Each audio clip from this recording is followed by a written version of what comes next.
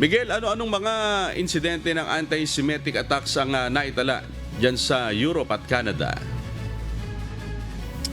Sherwin, isa rito ay ang hate marches sa London na mayroong anti-Semitism at may mga placard na nagpapakita ng pagsuporta sa Hamas.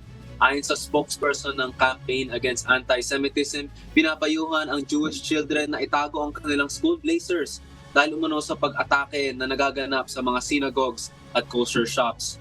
Samantala, naitala naman sa Canada ang worst outbreak of anti-Semitism sa kasaysayan ng bansa. May ilang insidente kung saan may gun shooting sa Jewish schools sa Montreal at may ilan ding mga nagpabandalize sa bahay ng mga Hudyo at maging sa kanilang mga sinagoga. Tumaas din ng 132% ang hate crime sa Canada at karamihan dito ay targeted ang Jewish community. Balik sa inyo, Sherwin.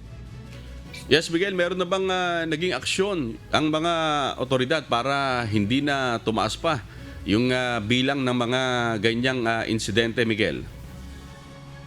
Sherwin, dito sa Canada ay nagbukas ang ibang mga police force ng 24/7 Command and Control Center sa mga high-risk areas at dinagdagan na rin nila ang mga police presence at patrol sa mga area na ito. Patuloy rin ang pakikipag-usap nila sa mga faith-based leaders sa mga places of worship, community centers at mga schools para mag-encourage ng mapayapang pagprotesta sa mga lugar na ito. Sherwin? Alright, maraming salamat Miguel Moldes mula sa Winnipeg, Canada kung saan naninirahan ang halos 12,000 na Jewish.